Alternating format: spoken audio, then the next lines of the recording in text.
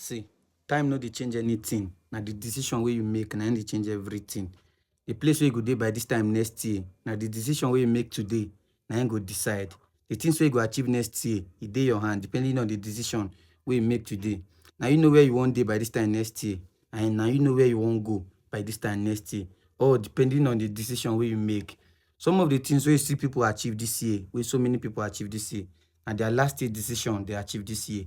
So no be magic, all na decision making. So everything dey your hand. The places where you wan go next year, the place where you wan go next year, the places where you wan travel go next year, the lifestyle wey you wan live next year, depending on the decision wey you make today, na im go decide. Na the decision go decide if you go dey there or not. Because na you know where you wan go. Na you know the decision wey you suppose to make. You know the decision wey go help you go where you wan go. So na that decision you go make.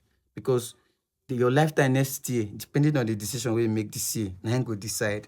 So you know where you go dey next year, and you know where you go go next year. So make the right decision. Just help yourself make the right decision, so that everything wey you decide this year, by this time next year, you go dey live the lifestyle. You go dey inside there. You go achieve am. If only you make decision from now, then you go fit know where you dey go.